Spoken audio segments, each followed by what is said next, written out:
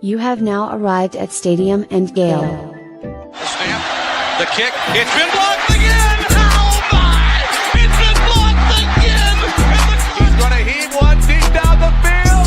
It's going to be to the goal line. It's going to be gone! It's a touchdown! And the Gators have won the game!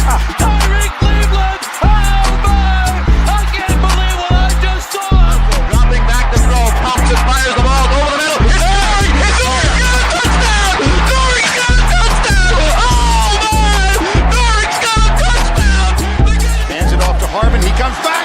Say goodbye! Ahmad Black, in his final game as a Gator, takes it all the way home and sends Urban out a winner. You have now arrived at Stadium and Gale.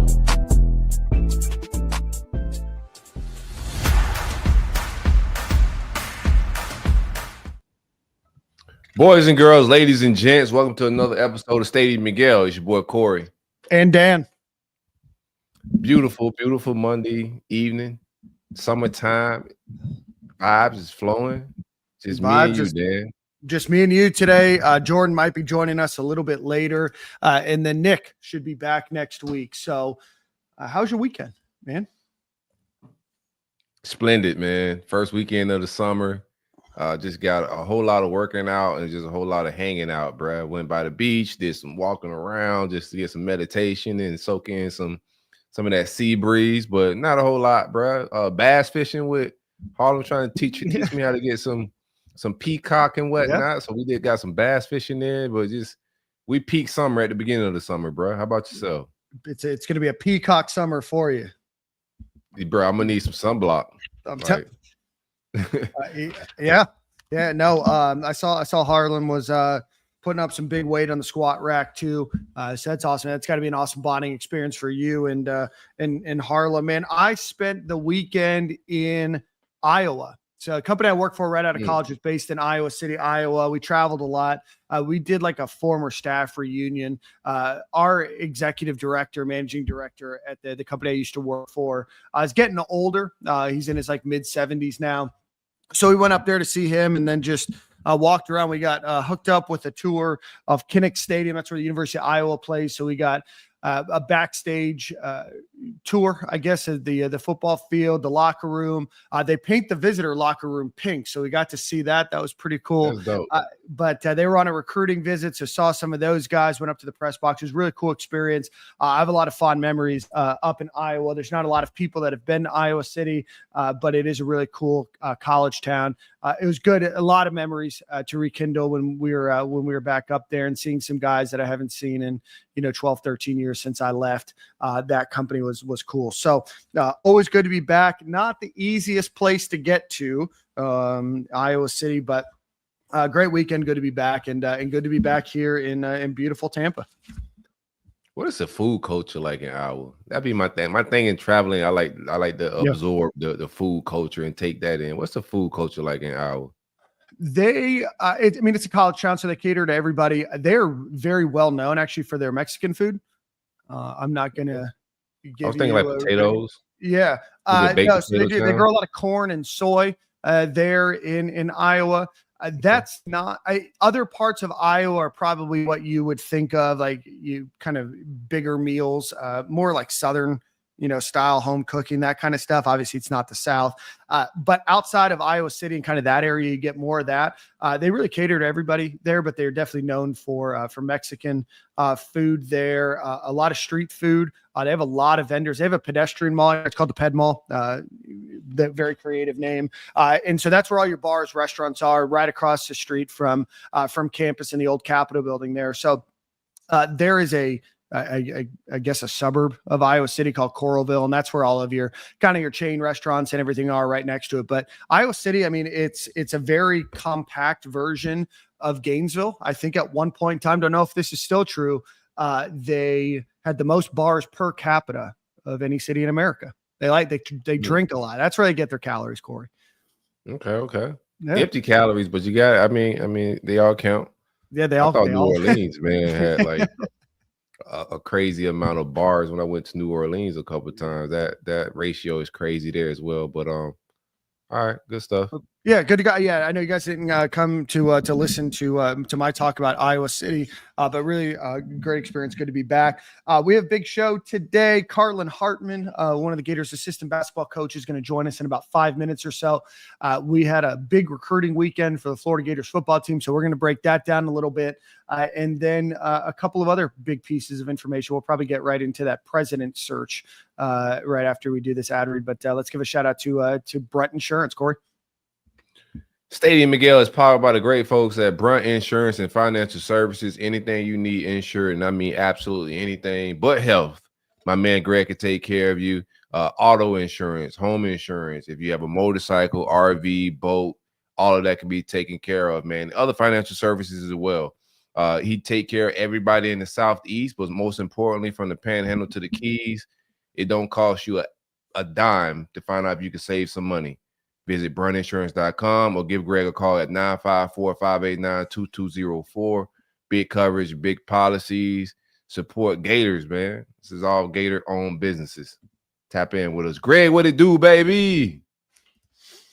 All right, before we get into Dr. Santa Ono and the Gators president search, we do want to highlight the Independent Gator Media Day. It's presented by the Sachs Law Group, so we appreciate their support. This is going to be an event with us, Stadium and Gale, High Top Sports, and Gators Breakdown. We are going to have a few other contributors that are there with maybe some smaller platforms, or they're growing as well. So we're super excited to welcome them and the Murky Waters podcast. That they're one of the groups that are going to be joining. We're going to have a lot. Tickets are going to be $25. You can find that on our Twitter or X page. You can find it on High Top Sports Gators Breakdown as well. The link will say posh.vip, I believe. And then after that, so we'll drop that in the show notes as well, but we'd love to have you. It's going to be $25. There will be a drink covered in that. We're going to have some food. There is some food trucks that'll be there as well. So we look forward to having you, some former Gator players, some current Gator players, maybe some Gator legends, and some other media personnel will be there as well. But we're looking forward to having you again. That's going to be at First Magnitude Brewing in Gainesville on July 27th from 1 p.m. until 4 p.m. Just the inaugural one, man. Make sure y'all show up, hang out. But we're going to do this thing annually. This is also the home of Steve Spurrier Beers, where it's brewed at, right? So pull up and absorb all of the festivities, the media, the entertainment. We'll announce the players that are going to arrive to this once we find out who's actually going to the media day for SEC, day for the team. We'll announce some players and some other media platforms. I know Stephen Harris is going to pull up and some other Gators as well. But, pull up. Catch it in person. It's a different vibe. Support your favorite podcast, whichever one of the three it may be. But you guys are watching this one, so it's probably this one. Yeah, we just dropped the chat in the link if you're watching on Twitter or X. So if you're listening online, jot this down, pause the episode. It's going to be posh.vip/E/E/E. There's hyphens between each word, so I'm not going to read the hyphens, but it's going to be the inaugural Independent Gator Media Day.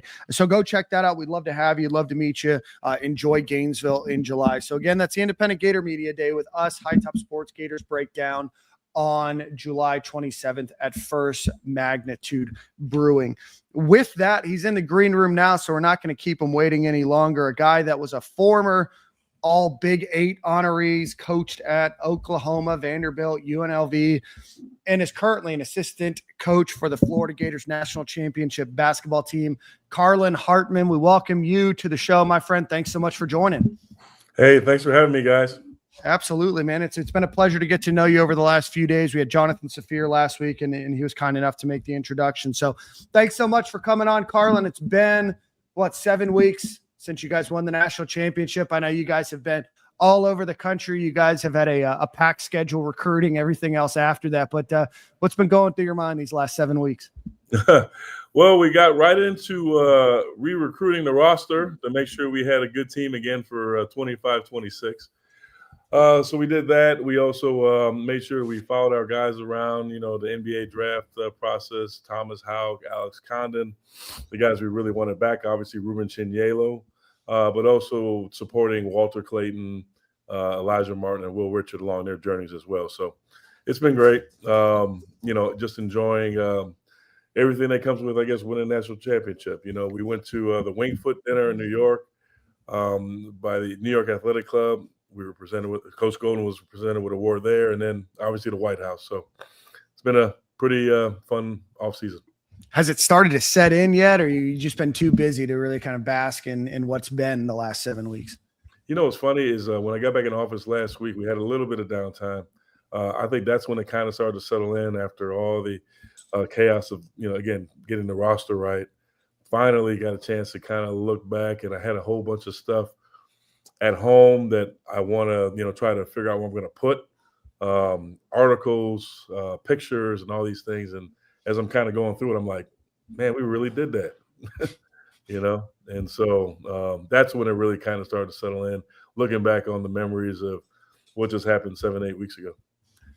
It's interesting. I had the chance to meet with Todd Golden before the season started. He spoke at the Sarasota Gator Club, and we chatted for a while. And, I don't think his expectations necessarily going into this season were that you guys were going to, win a national championship. I think he thought that you guys might be, expected to get to the second weekend, maybe be a 3 or 4 seed. There were some questions, he wasn't sure. At what point did you know, hey, we might have a team that can go all the way?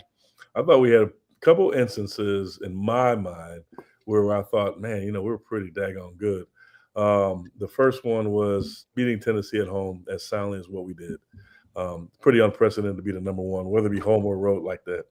I thought we were pretty good at that point. And then, people were looking at the Auburn game, and that was obviously a benchmark, beating number one on the road in their facility. But it was really the Mississippi State game after Auburn, I thought, was when I was like, man, you know what? We got a lot of pieces here, and we are, deep, and we're tough, and we're still talented, even when we're down some bodies. Because if you remember in that game, Alex Condon essentially missed the whole game because he got hurt on the first offensive possession. Mm-hmm. Elijah Martin didn't play. He was already ruled out. So we go into it, and, and once Alex goes down, Thomas comes up, and, he's obviously a starter-level player, so we didn't miss a beat there. Denzel Aberdeen was in a really good groove, as was Walt. Ruben was great that night. Everybody played their roles, and I thought to myself, if we can stay healthy with the depth of this team, we could, beat anybody. And sure enough, we only lost one more game after that Mississippi State game, ended up going on a huge run. Did your experience as a player that played in tournament and pulled off a couple upsets yourself, did that experience help you with coaching the players and mentoring them throughout this run? I guess yes and no. I think every experience that you have throughout life, kind of prepares you for something like this. So I would say yes. The other part of it too is, I've been doing it for such a long time, and those tournaments I played in were back in the early 90s. So not a lot of people would remember us beating St. John's in 1992 or Kansas State in 93, and me as a player at that time. But what I did take from it was, my experience of being at Oklahoma, winning games in the tournament with the Sooners, but also looking down the bench at Torian Green as somebody who has, been able to do it, at the highest of high levels as a player, for so long, here at Florida. And just knowing that, we had somebody who's been to the second weekend, the third weekend, and won the whole thing, because there's layers to this thing. Like, quite frankly, I had only been past the first round. Actually, I had never been past the first round. I had been to the second round twice as a player and 4 other times as a coach. So, when we got through UConn and we're getting ready to play in San Francisco, that was all a new experience to me. So you really realize the importance of, how important Victor Lopez, our strength and conditioning coach, has been to us. The importance of, hydration, for these guys, the importance of eating correctly, the importance of recovery after games. And, credit to not just our guys for, being able to, go through that and put their bodies through, the ultimate test, but also to the support staff and the people that we've had around us on a daily basis. I know you want to win absolutely every basketball game, right? And you never want to just kind of count your chickens before they hatch a little bit. But heading into the SEC tournament, and I know we were battling health all year. Are you going into that tournament game into that SEC tournament thinking this is not a must-win tournament and we could probably, take our foot off the gas a little bit? Nah, because I mean, like you said, you want to win every game. And at that point we had clinched the top 4 seed, so we knew that we only had 3 games to play. Versus the year before, we weren't a top 4 seed and we had 4 games, and that one extra game is a lot. So we thought, we had enough in the tank. We had some opportunities if we saw the opponents that we were able to see. 2 of those 4 we had already lost to, so we had built-in motivation in beating Missouri that first game, playing a tough Alabama team who we played really well against over the last couple years, and then having that rematch with Tennessee. We thumped them pretty good at our place. They thumped us really good at their place. Quite frankly, I don't think their players like our players very much, and that's just kind of what rivalries are. So we knew that if we had gotten the matchups that we wanted, that we felt pretty comfortable that we can go in and win that thing. Carlin, when you got hired, a lot of Gator fans were excited. You've consistently been ranked as one of the top, assistant coaches in college basketball, and widely considered one of the top player development coaches in the country. What is your personal secrets or your coaching style that gets so much out of players to develop them so well? Well, number one, I think the fact that I did it when I played at Tulane and I was able to carve out a Hall of Fame career there, and I played a little bit professionally, but I've been in it for so long. Confidence in just knowing that I know how to articulate the message from what our head coach wants to what we want to do on the floor, and then honestly, Dan, transparency. I was always honest with the guys. I was always real with the guys. I keep it a buck, keep it 100. Whatever all these kids like to say. It just is what it is. Like in a day in which most of these kids make so much more than what us as coaches make, I don't care. It doesn't matter what you make. It just matters about how you are going to perform when we get between those lines and when we practice. And I got the best front court in the country. I had the best front court in the country last year. I'm going to have the best front court in the country this year. And they are outstanding in so many different ways. But the biggest reason why they're great is because they're coachable, they're selfless, they have great attitudes, they're great workers, they love Florida, they love each other. And yeah, I saw the article when Alex Connon decided that he was going to come back, and he mentioned my name in that. And I really appreciate that, and it means a lot, but I don't think if I didn't have a good relationship with Alex off the floor as I do on the floor, I don't think it would, be as sincere as what it is with he and I, just like it is with Thomas Houck, just like it is with Micah Hanlockton, Ruben Chinyelo, Victor Mekic, Sam Alexis, these guys that I've had over the years, Tyrese Samuel, Colin Castleton, you got to build a bond. You got to build a relationship, and you got to have them trust you and trust that you're not bullshitting them and telling them the real. And then they'll give you everything they got. How do you guys, this is like, I've been wondering, especially after this, because you guys were put under a short window with the transfer portal. So after you win the national championship, you still got to retool the roster a little bit. And I know in the recruiting world, it takes a little relationship building and trust building to get that kid. What is the recruiting process like and relationship building like in such a short window of trying to get a kid in the transfer portal? A lot of stuff is done so far in advance, in this new world. You almost have to, because your point, Corey, it's like speed dating, right? Right. I mean, you're essentially like, you got a window that you have to stick with.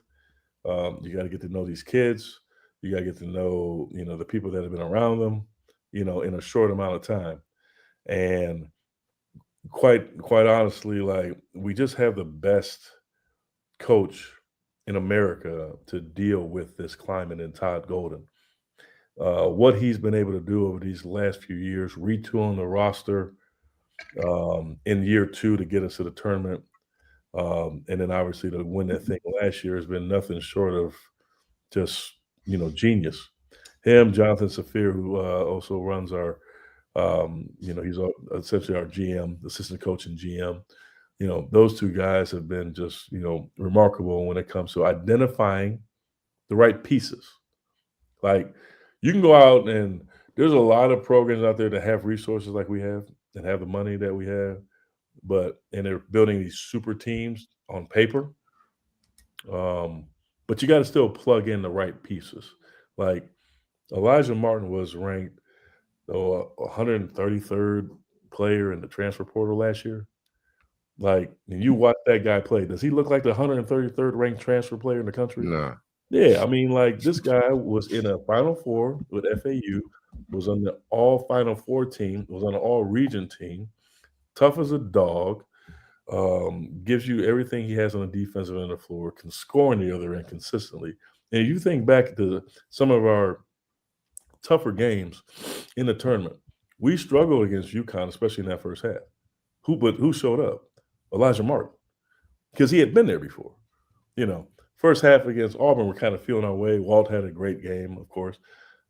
It was Elijah too. Elijah played well, And so I'm using him as an example because he gave us that toughness and that grit that we needed in the backcourt, whereas Chinyelu gave us that muscle, that we were lacking in a defensive presence that we didn't have the year before. So all these things happen for a reason in terms of who and how we pick the players.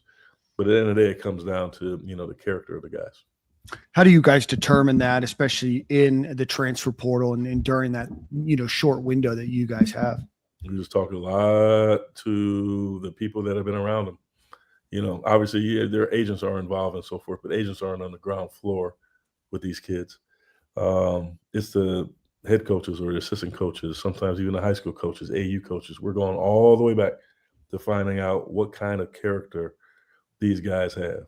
And it matters to us, and you'll hear a lot of times, coach speak or certain cliches, you got to have, guys that have those great attitudes and so forth. No, we really sincerely mean that. We will pass on a really good talent in order to get the right fit for our program.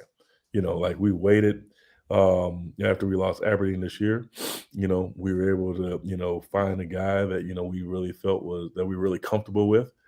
Even though it was late, we stuck with it. We developed a great bond, a great relationship with him, and we ended up getting Boogie, late in the game. And so I think a lot of that because our reputation preceded ourselves from getting Zion Pullen when we got Zion. Betting on Walt as a guy that can complement Zion, and also play the point. Will and Elijah, they come from mid-major programs. Xavier, mid-major program. So we have proof of concept now, and we feel really good about, how we go about doing this thing, especially with the right people. Were you guys surprised? Sorry to catch you kind of off guard here, switching subjects. Were you surprised when Denzel left, or in terms of your strategy? Yeah. No, I mean, that was probably the one guy that we lost in our 3 years that didn't come down to just, wanting to be here, because he did, and so, these things are going to happen, in this day and age, unfortunately. But obviously we love him. We wish him nothing but the best. It was unbelievable getting a chance to spend time with him and see him at the White House. Yeah. Nobody, blinked an eye. Matter of fact, Walter Clayton was like, bro, you got to come here to DC and celebrate this with us because you're such a huge part of it. The guy scored the last point in the national championship game. You'll never forget that. You'll always appreciate him and always respect what he did for our program. I wish him the best, Carlin, but we don't wish the Kentucky Wildcats the best at all, my guy. Hell no. No, we play him. Shoot, we're going to try to blitz him and get that ball out of his head. Most importantly. That's a great soundbite. I appreciate it. I wanted to just go. I'm glad you asked that, Corey. I wanted to ask, because that, I think, speaks a lot to the unselfishness of the team as a whole, right? I think throughout the season, I think there was a point in time, and this stat's wrong if you know it, but I think there was a point in time where you guys had played 7 games and you had 7 different leading scorers of that game, or of each game. And so how do you guys get in a world where everybody's competing to get to that next level and everybody's trying to, up the bag in NIL or get to the NBA or whatever that is, how do you get them to buy into that unselfishness of, being a team in a world where everything seems to be very individualistic? Yeah, you try to get them to. The summer times are huge. So we just started our workouts today, very first workout, and we'll really wrap it up as the summer goes on. But we'll also be really cognizant of the fact that we got a lot of guys that are going to be playing a lot of minutes. So we got to, make sure that we're being smart with their time on the floor. But it's the summertime. That's where you get the bonding. That's where you get the, the sense of, togetherness and so forth.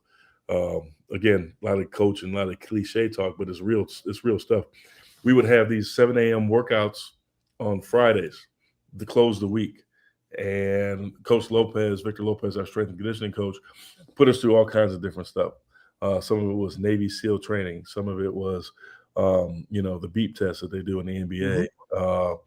All these different things. And, you can see the camaraderie.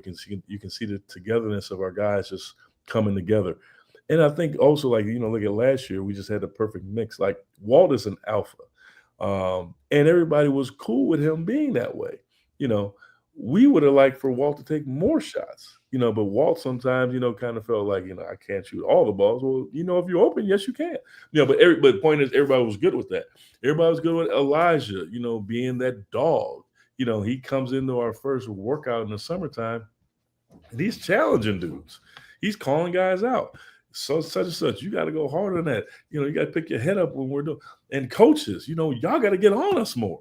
So he's, all about the accountability. Will Richard was the steadying piece and the voice. Not a lot of people know Will was the one that was, doing a lot of the talking in the huddles and behind the scenes. And, and again, our front court just kind of fit with everything. And, it starts in the summer, and it starts with, making sure that guys understand, like what their roles are. We try to put it out there to them, just in terms of, hey, just do these things and you're going to have a chance to succeed, and for most part last year we did that, and we did it in spades. Just speaking of roles, how do you see Hawk? That's my guy, 10. How do you see his role expanding next year and his development, progressing a little bit? Tommy's awesome, man. That dude, let me tell you. Yeah. There were times when I thought he was, one of our top 2 or 3 guys. And for long stretches, quite frankly. You love him just as much as I love him, to be honest with you. When that joke was out on the floor, he can do so many different things. His versatility offensively is obvious, He puts you in situations where you if you're a big, you gotta come out, you gotta guard him. You do that, now he's gonna drive by you. Or he keeps you in the offense, him and Alex. That's one of the things, if you look at like how good we were, is because if we have an initial play call and it doesn't work, well, then we can just look to the middle of the floor and you know that Alex and Thomas are going to be there to be able to, keep the action alive. And that just wears people down. Where Thomas's unbelievable value is, and people don't talk about this enough, is defensively, his versatility. He can switch 1 through 5 if need be. Confront the post, keep that thing out of there. He's an elite traffic rebounder. He's going in there against guys that are much bigger than him quite often than not, and he's always coming away with the ball. He's just a fantastic player. And when I saw him do his NBA Combine stuff with his agency out in Los Angeles and what he's come back with, he's going to have a very special year.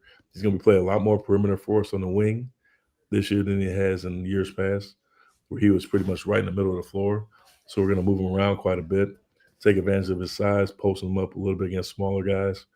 We'll do a lot of different things for him, but he's he's an unbelievable chess piece to have. Definitely. What's your favorite stadium to play in besides the O-Dome? Favorite stadium to play in? We're talking obviously college basketball. Yeah. Okay, I'll give you one. I had 2 in the Big 12. I'll give you one in the Big 12. Allen Fieldhouse. Okay. Yeah, that's like one of the meccas of college basketball. And I'll give you another one here in the SEC. It's Auburn's arena. That one awesome. Like you got 9,000 or however many seats, and it's like they're like literally the way the stadium is set up. It's like they're right on top of you, and you feel the tension. You feel like you're in for a long night every time you step foot on that floor. Yeah, my guy Velo that partakes in our show, he went to the game when you guys play Auburn. He spoke well about that auditorium. What do you think about you're from a similar area as me, and ACC was king of basketball. SEC seemingly taking that crown a little bit in Florida, just like we did in football, led the way with Urban Meyer in that run. Todd Golden kind of kicked it off. Do you foresee the SEC being the king of basketball going forward? I don't see why it will slow down at this point. I know it was unprecedented what we did last year. We had 14 out of 16 teams. But I don't know why that changes. I think we have some really, really great coaches in our league. Obviously, the resources in our league are great. A lot of it's because of football. We understand that. But the coaching in our league is phenomenal, fantastic. And the talent, in the areas in which the SEC are. I mean, you're talking about cities like Atlanta. Now you can stretch our thing all the way out to Houston and Dallas, Miami, Orlando. I mean, all these different, really good St. Louis, Kansas City, as far as the SEC can go, we can touch so many different states in this area. And I don't see why it changes. I really don't. Now, of course, the Big Ten will have a lot to say to that because they can, literally stretch across the country. But SEC basketball, I don't know why that's going to change, and it should be here to stay for a long time. Perfect. Corey, you got any more questions before we let him get out? Yeah, do you have any? It's my last one, man. Any comps for Cornelius Ingram, baby Ingram? What you have any player comps? Oh, you're just gonna throw me right on the fire, huh? I mean, shoot. I haven't really thought about this one. He just looks like, one of those, North Carolina wings that, you see early on in their careers and then end up leaving early and going to play in the NBA for a long time. Maybe what would be a good comp for him? Because he's a great athlete, really good 3-and-D type guy. He's still working on some things offensively that will definitely be able to corral and be able to correct. Hey, you're gonna have to hit me with that a little bit later on. No, that's all good. Something here in the next 5 seconds. But now you foresee him contributing as a freshman? I think so. Yeah. Does everybody realize that this young man is only 17 years old? Yeah. Mm-hmm. He's not going to be 18 until August. Now, he's a special. I mean, a special talent. His athleticism is unmatched, and he's one of those quick twitch guys that if he makes a mistake, he can recover like nobody else can. Now he's a talent. We're excited about him. We're excited about Alex Lloyd, the kid we got from Westminster. We'll start playing a lot more 5-on-5 next week. But Alex gives us, a really big guard, another quick twitch athlete.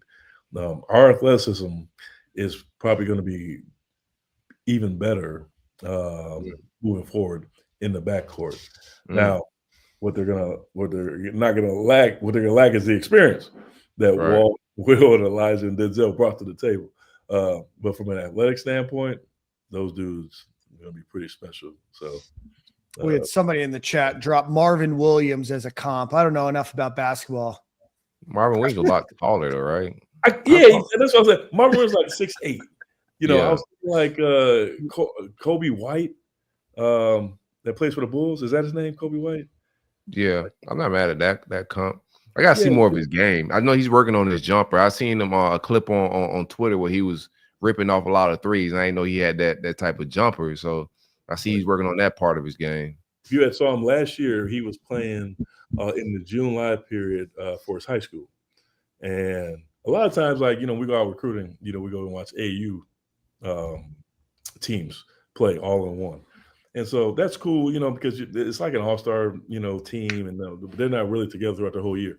So in June, we get a chance to go see these guys play, for their high schools. And CJ was with his in Atlanta, and he was unbelievable. Corey, I'm talking about he was hitting from three. He was hitting in the mid-range, offensive rebounding, defensively, just keeping the ball in front, blocking guys' shots, getting steals. And that's where you can kind of see like, oh, man, this guy's got some like legit upside and some real talent that can help, a program like ours. So we're fortunate that guy was in our backyard. Mm-hmm. A lot of and the son of a Gator. Yeah, man, yeah. He almost had no choice but to be a Gator. Right. He didn't want to be a Gator. His ass was going to be a Gator. Speaking of shooting threes, there was a video that surfaced of Ruben wet behind the three. How many we think we're going to put him back there and shoot up some threes this season? Could you imagine No. Ruben trailing and letting that thing go while his man is in the paint waiting for him to come down there? Now, in all seriousness, we're going to let that thing fly a little bit. There you go. If it's the right shot and if it's a step-in shot, I ain't going to sit there and say that we're going to start running like staggers away from Ruben. Set the screen for Ruben. Yeah, you know what I mean? But if he's stepping in, he's pretty daggone good right now at it. Okay. We actually had our shooting workout today. He shot it well again today. So, Man. No, I'll tell you one thing. Never discount Ruben Chinyelu. Man, that dude is unbelievable. Incredible worker, incredible attitude. I got on him at halftime of the Final Four game against Auburn.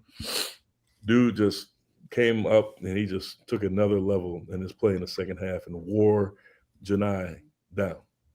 And it was beautiful to see. It's incredible. Well, Carlin, man, we appreciate you for joining us today. It's an absolute pleasure getting to talk to you and Jonathan last week, man. Congratulations on everything. I didn't know you guys started actual practice today, so your time to celebrate is limited, man. But it's Back in the lab.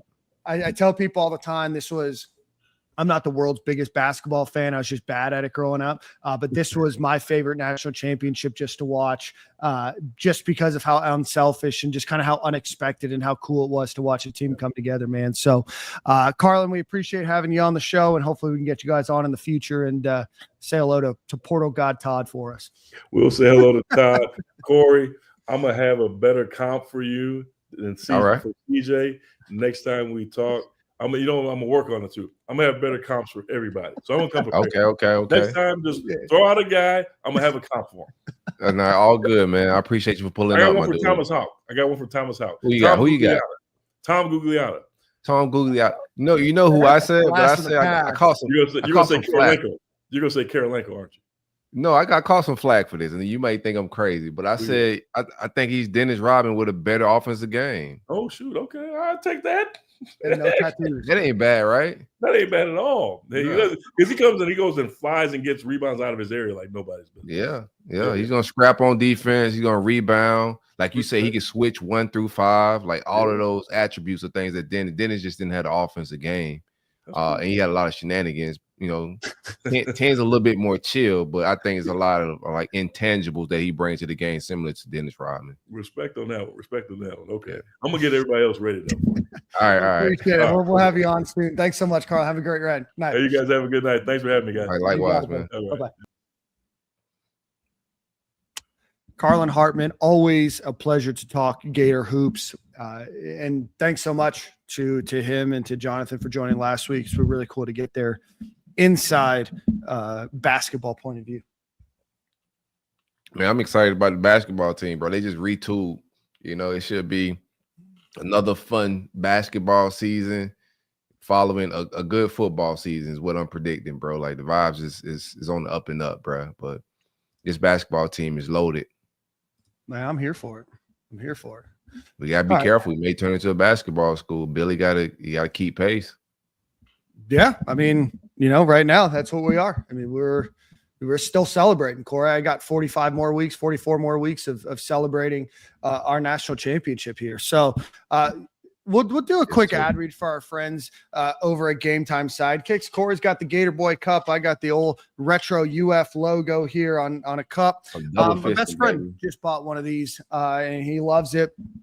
So I encourage you to go buy a Game Time Sidekicks cup. GameTimeSidekicks.com, promo code Stadium15 will get you 15% off of your order. You will be surprised how affordable they are. They'll keep your hot drinks hot, your cold drinks cold. So go check out GameTimeSidekicks.com. I don't drink from anything other than a Game Time Sidekicks cup. So GameTimeSidekicks.com, promo code Stadium15. All right, you want to get into recruiting or you want to get into some other news first? Let's get into some other news. Okay. All right. Like, why not? Yeah. So the big piece of information came out. There's two big pieces that affect the University of Florida and the Florida Gators. So we'll talk about both of those. The first is we had talked about on this show, and we didn't even think that there was a possibility that it would get rejected, but the now former president of the University of Michigan, Dr. Santa Ono, was rejected by the Board of Governors. So he was unanimously approved by the Board of Trustees. He went to the Board of Governors last week on Wednesday, and he was, Tuesday, and he was voted against.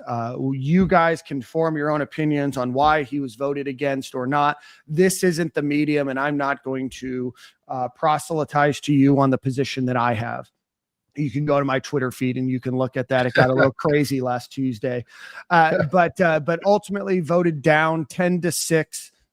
So he will not be the president of the University of Florida. He also had resigned his position at the University of Michigan, so he will no longer be the president at the University of Michigan, crazy. which is first time in the Board of Governors 22-year history that he or that a president was voted down by the Board of Governors. So ultimately, the Gators are continuing on their search for a president. I did hear some interesting news this past weekend that Dr. Kent Fox, who is currently acting as the interim president, may not want to continue to act as the interim president for much longer.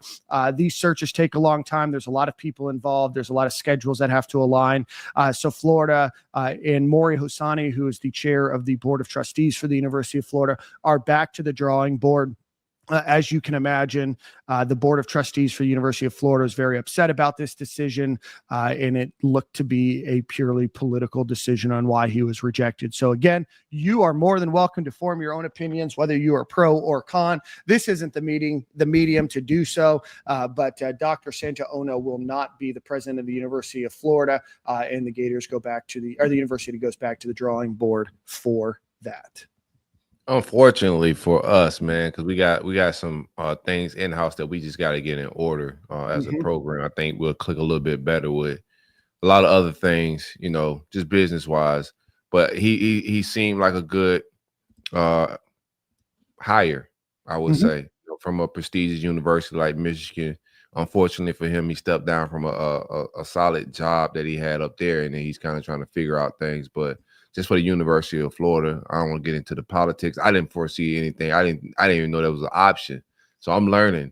I didn't know that somebody could be like, we go and hire somebody, they could be voted out. So this was a whole learning process for me, man. So, I mean, I guess we're back at the drawing board of who's going to be that hire, because you need that hire in order just in case things don't go right in the fall, right? Right. We don't want to be in the same position where we can't or don't want to make moves at certain coaching spot if we don't have the house in order. So correct. It's an important hire. I was hoping that it was done. No politics. I don't have an opinion either way. Right. Yeah, no, my politics are pretty well noted on my Twitter feed. If you want to go check that out about this particular hire, I think that you had an opportunity. You know what? I'm just going to stop there. I said I wasn't going to proselytize on my opinions here. But no, Corey, you're right. Strategically, the University of Florida is caught in a very tough position right now. You have a number of, beyond athletics and beyond being able to make moves there, you do have a number of very key roles that are still open at the University of Florida that Dr. Kent Fox did not want to make as he resumed his interim role when Ben Sass stepped down pretty abruptly last year. So Florida finds itself as a university in a very precarious situation trying to make these hires. Your academic schedules and academic calendars usually start on July 1st. A lot of presidents don't move mid-year. There's a lot of moving parts that go into this. Searches like this take a long time. They don't happen like hiring, a financial analyst for your firm or an executive assistant for your firm or the company that you work for. They take a long time. There's a lot of people involved. There's a lot of moving pieces. So Florida will have to move quickly, or at least they're going to have to move quickly, because I'm not sure if Dr. Fox is going to be there for for a certain amount of time. He certainly is not necessarily given the sign off that he wants to be at UF in this role. As you remember, 30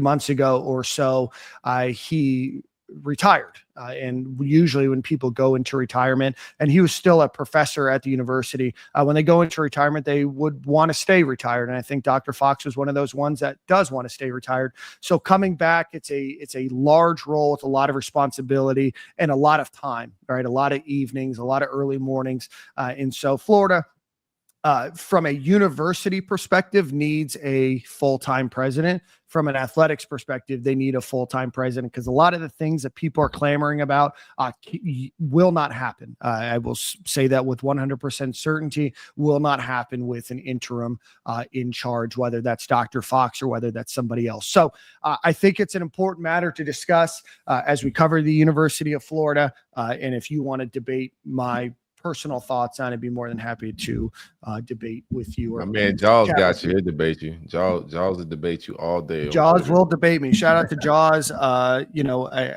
He will debate me till I'm blue in the face. I think some of this stuff is better handled over DM, or certainly over maybe a phone call than back and forth and quippy responses. So again, if you weren't following, you can read. There's a number of articles on all three sides of the aisle for Dr. Santaono. But Florida finds itself now again looking for a full-time president. Other news, if they don't find anybody else, bro, just hit me up. I'll take it. I'll handle it. I'll be like a substitute teacher. Okay. All right. Yep. Get you an honorary doctorate, and you can be Dr. Knowles. Yeah, I like that too. I like that. The NIL budget is gonna go through the roof. I got this. First order of business, Corey just sets up his office in the football only facility. He's like, we got some work to do here, boys. Yes, sir. We got some work. The other piece of news that affects the University of Florida, the NCAA settlement was approved on June 5th, allowing schools to begin directly paying players on July 1st. That is capped at a $20.5 million annual amount of money that they're allowed to pay in year one. That number certainly could go up. There are going to be some new roster rules. There's now a cap on the number of players on a roster. That number goes from 85 up to 105. How they're going to allocate that money, I don't know. Florida hasn't announced the plan. I don't know if they will announce the plan and what they intend to do there. But obviously there are a lot of players and a lot of money to go around. There is going to be a clearinghouse that is going to be overseen by Deloitte, and they will be the approvers of a lot of these NIL deals, and they will determine whether they satisfy the terms of this settlement agreement. What I can tell you now is whatever we say today will likely be not what we say, but whatever's talked about today on this show will be adjudicated in a court of law for the next few years. There is no shortage of lawsuits that are going to come out around this and relating to caps, probably relating to Deloitte, relating to how that money is divvied up. How is that fair for smaller schools compared to larger schools? How does that affect current NIL deals that are in place? How does that affect the NIL space as a whole? So important to know, it was a $2.8 billion settlement. So again, something to talk about, but again, probably not going to get too deep in the weeds here because it will probably and likely change over the next, 12, 24, 36 months.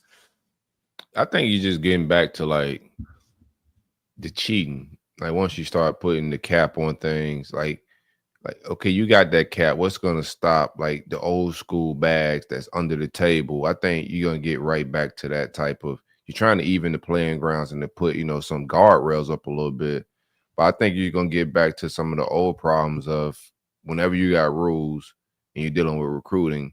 Programs, teams, boosters are still going to try to find that edge. I think I'm watching guys like Kirby Smart even enjoying like this type of like guardrails being put up. I think Bama's going to enjoy that because like as you can look around, there's been a lot of parity. Like the NIL has brought some parity where Georgia isn't just grabbing all the top-notch guys. I think they had the NIL behind the scenes figured out before everybody, right? The Bamas of the world were moving and dropping bags, allegedly.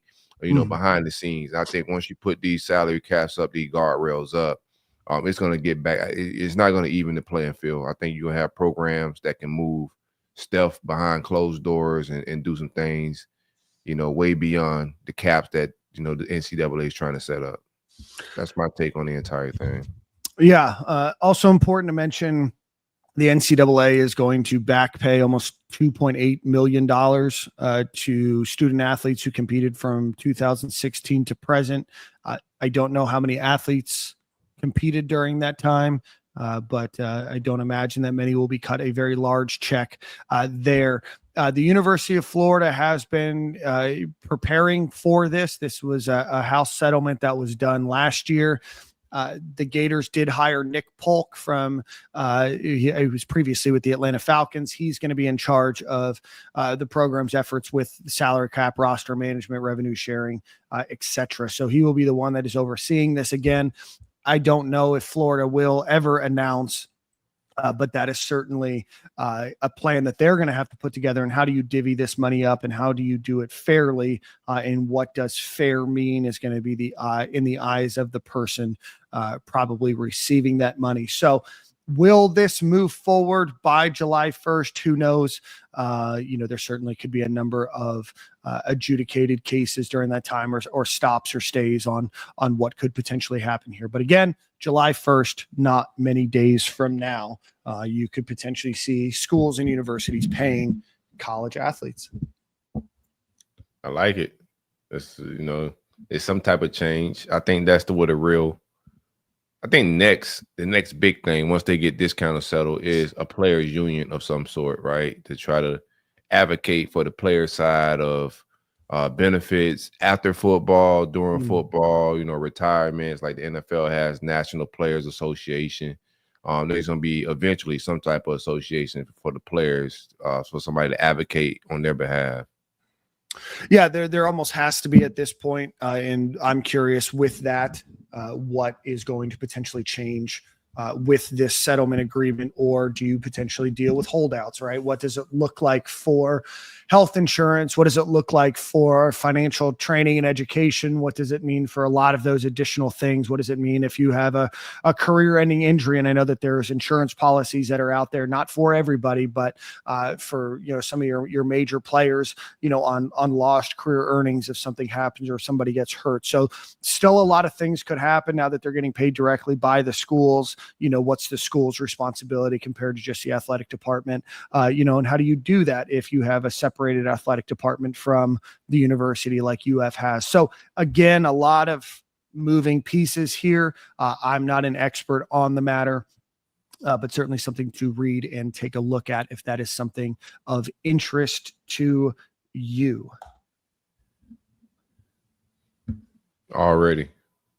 Let's get into a couple more just inside information about the Gators. A lot of cool things happened. I got to find it. I'll find it later. All right, let's get into recruiting. A lot's happened with recruiting at the University of Florida this weekend.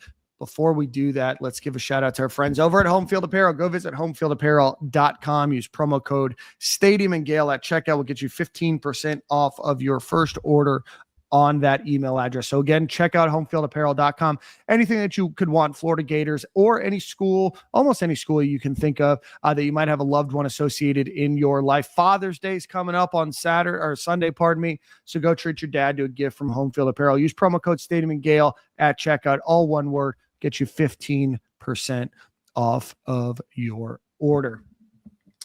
All right, let's go in. I believe I can do it. I'm just going to do it in order that I have it here. This wasn't necessarily the order in which they committed. But first player is Chancellor Campbell from Lakewood High School in St. Petersburg, Florida. Here, Lakewood High School, 6'8", 300. Man, kill the audio and the video. Oh, sorry. I can't hear it on my end. My bad. Sorry, listeners. So Chancellor Campbell, offensive tackle, Lakewood High School from St. Petersburg, Florida, 6'8", 370 man, he's pounds. pushing around Raiders. That's Glade Century he playing. Don't do that. Don't play that clip. Oh.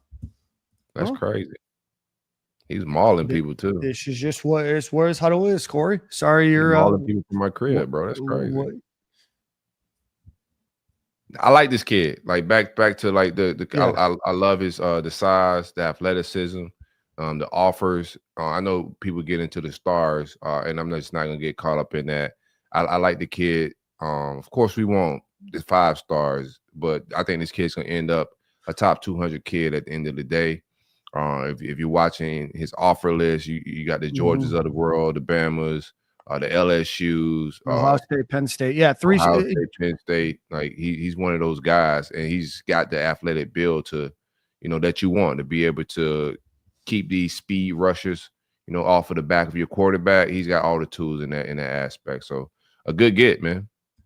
Yeah, no, absolutely. 3-star, number 50 offensive tackle in the country, number 594 overall on the 247 composite. Like Corey's mentioned, has some great offers, chose UF over Georgia, Ohio State, and Penn State. So I always say, look at the schools that are recruiting him, not just where he has an offer from, but look at the schools that he's visiting, the schools that he's talking to, reading the articles when judging a player. You still have an entire senior year left of football to play. So again, Chancellor Campbell, offensive tackle from Lakewood High School, commits to the Florida Gators over this past week. All right, let's get into the recruiting next heating up now. All right, I know we've been chilling. This is not the biggest recruiting show, but it's definitely heating up. It's Billy time. June, July, he gets busy, and then we'll vibe all the way until early signing day. But they definitely getting active. A lot of momentum on the trail. Yeah, the next player that the Gators got, I'll pull up his huddle here in a second, is Generve Carr. I get that right? Janvier?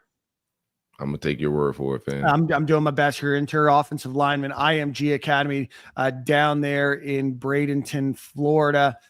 He is ranked as the number 39 overall interior offensive lineman, the 437th overall player in the country. He is a 3-star there at IMG, again going into his senior year there. Corey, while I pull up his huddle film here, what are your thoughts on him? Mean streak is how you want your offensive guards. I like his attitude. I like mean guys that got a pull. You know what I'm saying? I just like his demeanor, the athleticism to be able to get to the second level, as you see as he's pushing and bullying linebackers there. It's just that's how you want your offensive lineman. I think the offensive lineman recruiting is going really good. Don't get caught up in the stars. We're getting guys that are just going to be bullies in the trenches. If you watch his camps, whenever he's at a camp, there's a lot of attitude. You want that jalapeno, that pouncy twin, like that type of energy is what you want from your offensive guard. He brings that energy for sure. Just got a mean streak. I like my guard nasty. A great player, a guy that obviously plays some elite talent there at IMG Academy. They're going to play some of the best schools in the country. And so, playing some of the best schools in the country puts them up against some great talent. I don't know if this is Lakeland. But if it is, he's absolutely mauling. Yeah, he's killing whoever it. that is in that the white jersey, orange pants, black helmet. But obviously a huge guy, a guy that had some bigger offers as well. So again, I think plays with that mean streak you're talking about. Probably has some technique things to work on. But anybody that's 17 years old that's that big is going to probably just be a mauler. He's certainly a guy that I think can make an impact. And this is, a position it's not Lakeland, according to Brandon. Oh, it's not? Okay. Well, it looks like Lakeland, Brandon. Sorry. I didn't know you were an expert on high school football jerseys as well. Lakeland right there? It looks like Lakeland. I think you can understand my confusion, right? Yeah, it looks like but regardless, a guy that you want to project 2-3 years from now, to be, 3-4 years, pardon me, to play at the University of Florida. So again, a great get for the Gators there, and looking forward to seeing him join the program. The next one is Justin Williams from Buchholz High School in Gainesville, Florida, coming over as an athlete, played wide receiver, running back, played a lot of different positions. What was the stat here? Now I got to look up what the stat was that we posted. Justin Williams was the first high school player since Devin Hester in the state of Florida to have over 1,000 yards rushing and 1,000 yards receiving in one season. So good company to be in. 6 foot, 190 pounds, the number 14 athlete in the country, number 193 overall. Chose Florida over Florida State and Kentucky. So true, just football player.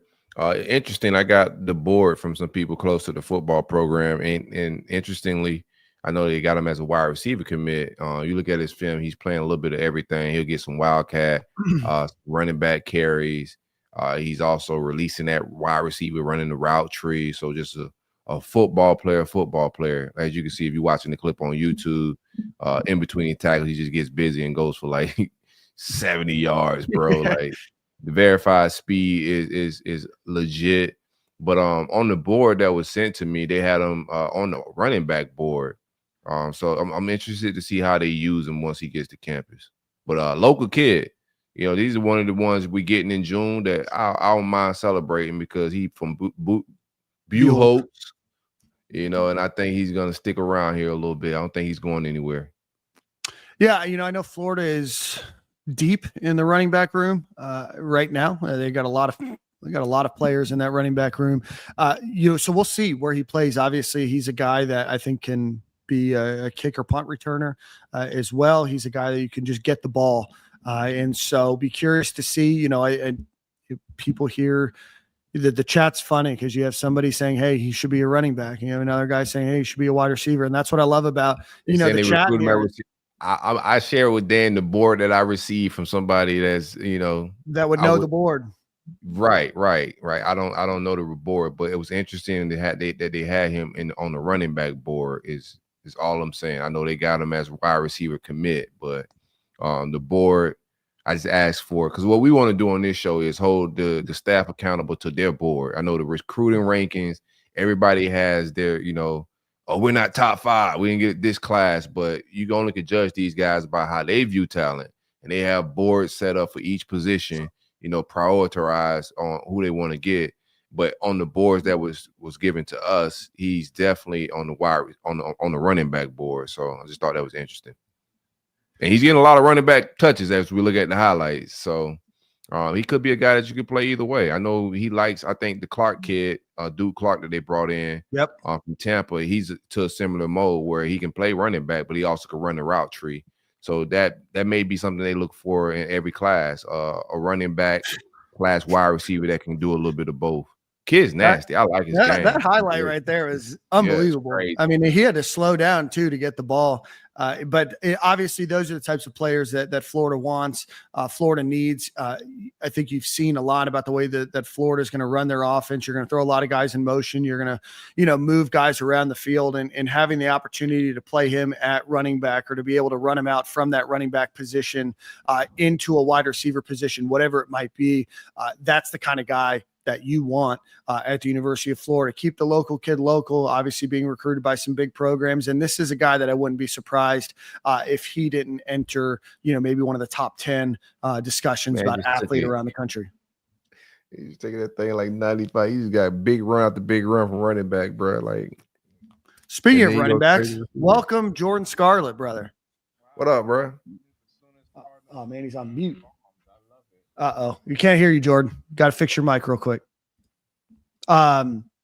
So we got Justin Williams. That is commit number 3, and then the Gators grabbed commit number 4 in Caden Hall. Caden Hall is 6'3", 200 pounds from Milton High School in Milton, Florida. He's a 4-star, number 14 safety in the country, number 170 overall.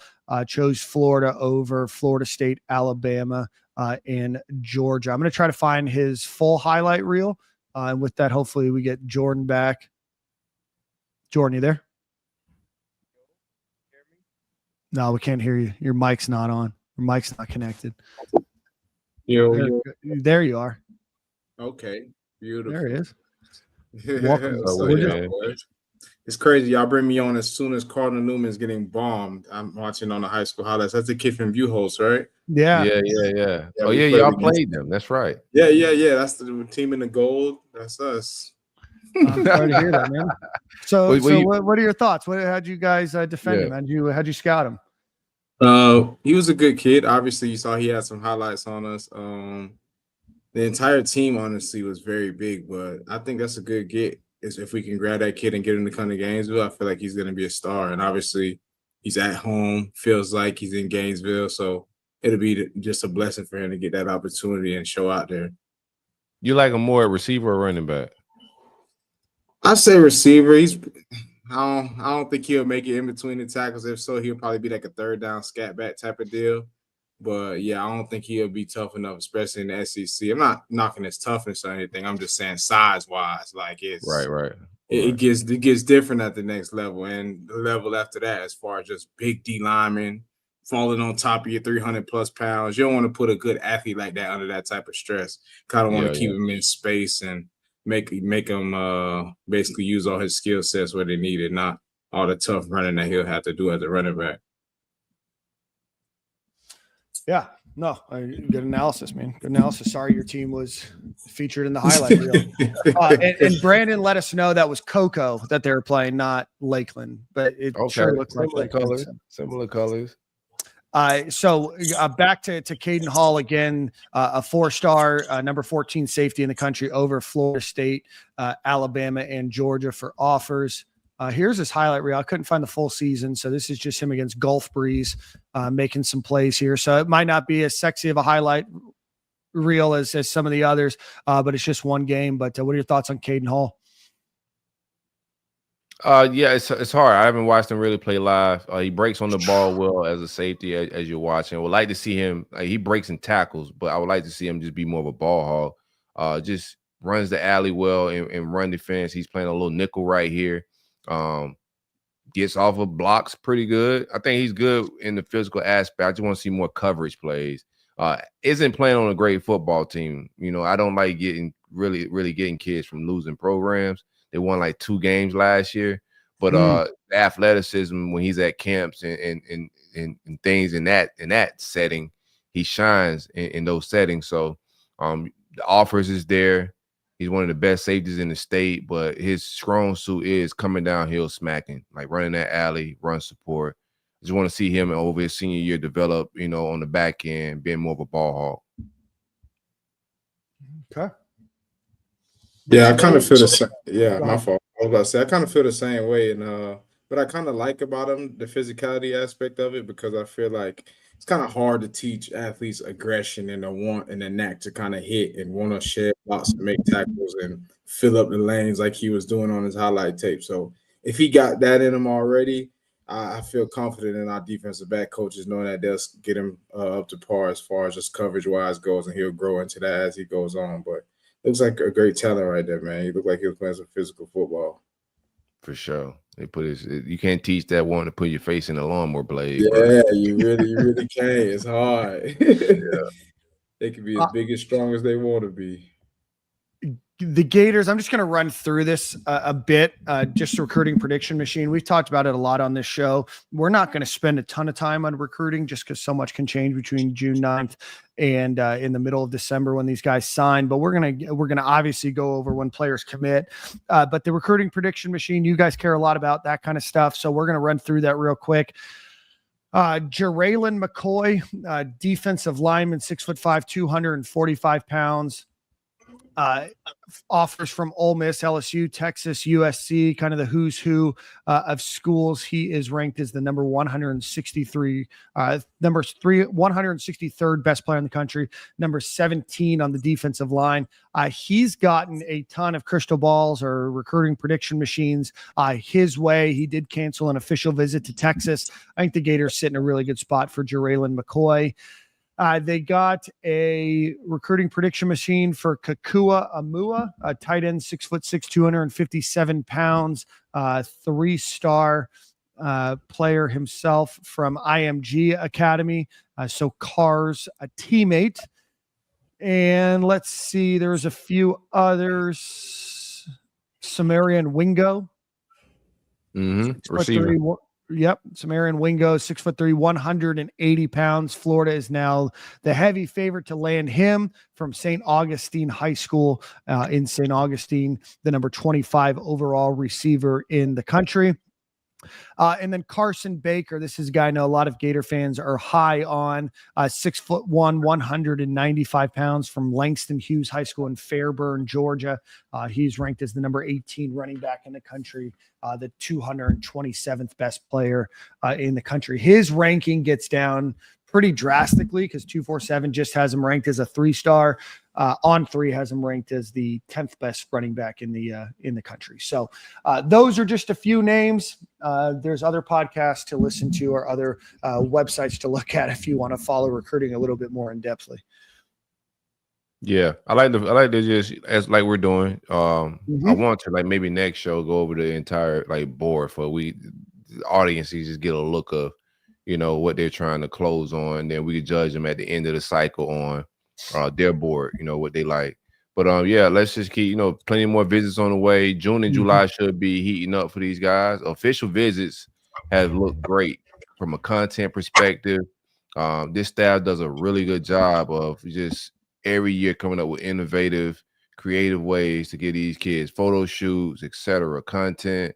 So just shout out to them for making this an entertaining time for the kids. You know, they looking, you got to have the next and cool thing like every cycle to stay relevant, or you have Florida State just biting our whole set as Carson's out there on the visit, and they got our entire like, you know, vibe set up for theirs. But I think the staff is doing a good job. The official visits is sounding great. You know, these crystal balls are starting to flow in as these kids leave campus. They're having a good time.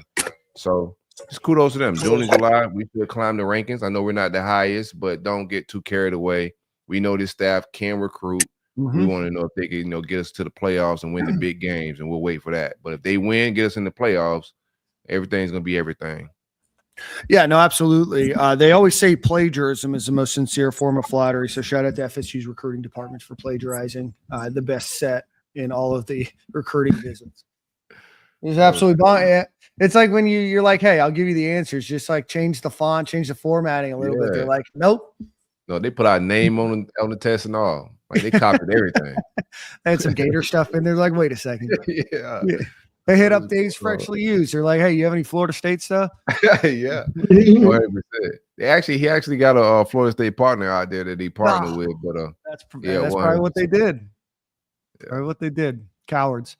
But right now, Florida on 3 is ranked as the 25th best recruiting class in the country. They only have 6 commitments. A lot of the schools ahead of them have 18, 16.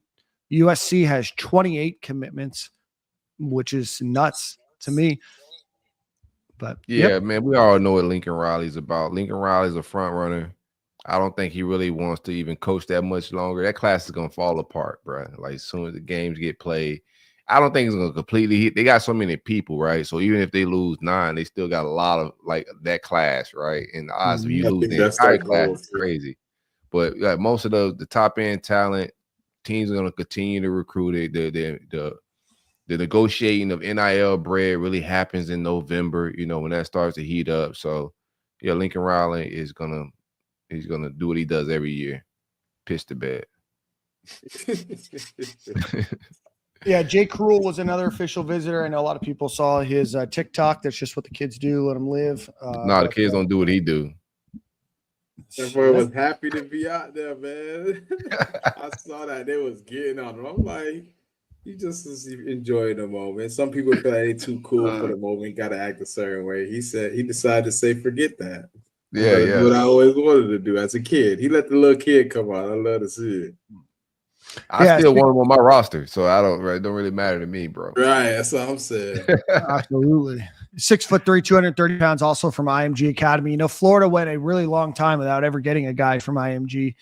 Billy Napier comes on staff, and all of a sudden they're heavy in IMG. I mean, it helps that Chris Winkie isn't there, guiding players to Florida State. But, again, obviously a great school to recruit talent from, and Florida's right in the mix for a lot of them. So we will have some recruiting content for you soon. Some more recruiting content for you soon. For sure. Make that phone call, Corey. Yeah, I just shot him a text. Okay, cool. So with that, I also want to give a congratulations to 4 Gators golfers, Ian Gilligan, Jack Turner, Matthew Kress, and Luke Poulter, who all, earned Ping All-American honors, which is tied for the most in the nation. So men's golf ended up losing in their semifinal round, but congratulations to Ian Gilligan, Jack Turner, Matthew Kress, and Luke Poulter. All right, guys, that brings us towards the end of the show. Jordan, I know you just hopped on. Anything you want to talk about?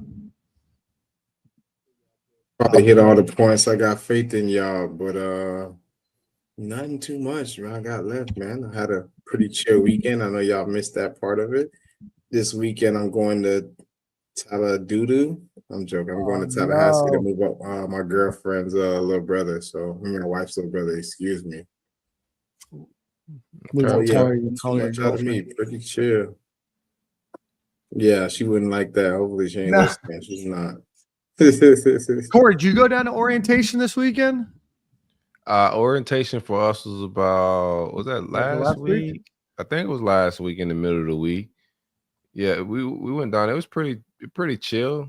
Like she did her thing, went through the process. We didn't do the whole little tour of whatever they had going on, but we were just around the campus, just hanging out. Me and the wife, bro, we went and grabbed some Asian food right across the street and kind of just kicked it around campus. The young kids probably like, who are these old people hanging around the student hall, just vibing. But man, she enrolls in like a week or so. So she's doing summer A and jumping right into the mix, bro. So I'm trying not to shed a tear when I drive back from Miami, brother. Well, congratulations to her. Congratulations to your wife's younger brother for heading up to FSU. Jordan, with that, let's get one final shout out. Jordan, you get Song of the Week, so you came in at the right time. One last ad read for our friends over at Alumni Hall. Go visit alumnihall.com or go visit them in Gainesville. Anything that you could want for Father's Day, start thinking about the holiday time. It's always a good time to get your shopping done early. Go check out alumnihall.com or go visit them in Gainesville. If you are buying for somebody that is not a Gator fan, but a fan of another SEC program, I believe they have every other SEC school as well. So go check out Alumni Hall. Let them know we sent you when you go. I know what I got. What? Dan, are you going to invest in the new Ruiz meme coin? No, I'm not. So John Ruiz announced today that he's creating a meme coin. It should be of no surprise to you. Grifters are always going to grift. He found an opportunity. He has said that Medicoin, again, not a word that you need to learn, remember, or anything else. It's not going to be worth anything if history tells us anything. But he let us know that it has a $50 million market cap, which is fascinating. There was some research. Thanks to everybody for tagging me in this research. Dave Soderquist over with High Top Sports said, and this is analysis done by the crypto industry that said the Metacoin, cryptocurrency, despite its $50 million plus market valuation, lacks verifiable data on Coin Codex, where a market cap is absent, raising doubts about its legitimacy amid a 2025 surge in cryptocurrency scams. So do with your money with what you want, but as somebody that has lost their home in John Ruiz and his business ventures, this is not financial advice, but I would do your research before you invest in Metacoin, if that's something that you're interested in doing. But I think it's important to talk about that there is a new, as we always do on the show, we announce all of the crypto coins that have hit the market. This happens to just be one that hits a little closer to home than some others. Oh man, y'all boys crazy. I seen that come across my timeline. I had to tag Dan, and I was like, man, this is hilarious. I appreciate, because that's the first that I saw about it. So as somebody that has lost a lot, I would not encourage, but again, not financial advice. Jordan, what do you have for song of the week, my friend? I think I'm gonna rock out with. I think I found one hit on that album, man. You know, I had to try to find something for my boy. The Wayne album. Oh man. Something I like. I'm not saying it's a hit. It was rough. Hit, but it was definitely rough, man. You gotta keep playing it back. You know, when you first hear an album and it goes through the first time and it's just not it. So I've been bumping it the last 2 days, and I think the song I like. It's called brainwashing, Scarlett. That's true, but you know what? I owe him that. He deserves it. He deserves the brainwashing. So I'm going with Cotton Candy featuring 2 Chainz. That's my song I like. Nice. Yeah, I was a little disappointed. Not a lot of fanfare around this Lil Wayne, the Carter 6 album release. As everybody that listens to the show know that I've been a fan of Lil Wayne since Back That Ass Up came out. I think 13 or 14 years old with the Hot Boys. I've been a huge Lil Wayne fan, and this album was a little disappointing. Now, I don't listen to hip hop the same way I used to, but I will say, of the albums that he's released, this is the one album that didn't get the second spin through. So I could give shout out to Jordan for continuing to put his ears through that to find the one song that he likes.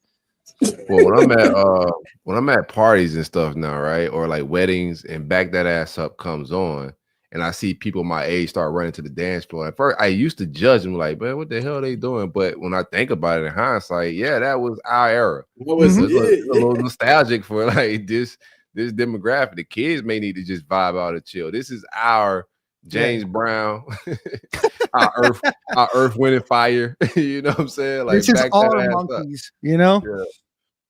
When that beat dropped, doom, doom, doom, it's a vibe. Yeah, my dad loves Chicago. He'll never relate to Lil Wayne, you know, the way that I do, and that's mine. My mom's favorite group was the Monkees. You know, she loves them. We'll listen to them forever. Lil Wayne is that guy for me. I just hope the catalog doesn't include a lot of the Carter 6 when we play that back. You gotta stop naming them the Carters. I think it'd make it a little bit easier for me if he stopped naming them Carters, right? Yeah, you put high expectations on the Carters attached to them. Yes. All right, enough music talk. Enough music talk. Well, we appreciate everybody for listening. Before you leave, if you're watching on X, please hit that share button. Let everybody know that they can rewatch this. Go visit our sponsors. If you're watching on YouTube, hit the like button, hit the subscribe button before you leave. We appreciate Carlin Hartman for joining the show and talking about the UF basketball national championship and everything that he's done and the tutelage that he's provided. So, again, we appreciate you guys. We'll see you at the same corner, same time next week. And yes, we are fairly certain Nick will be back next week. So everybody have a great week, and we will see you soon. Go Gators. Go Gators.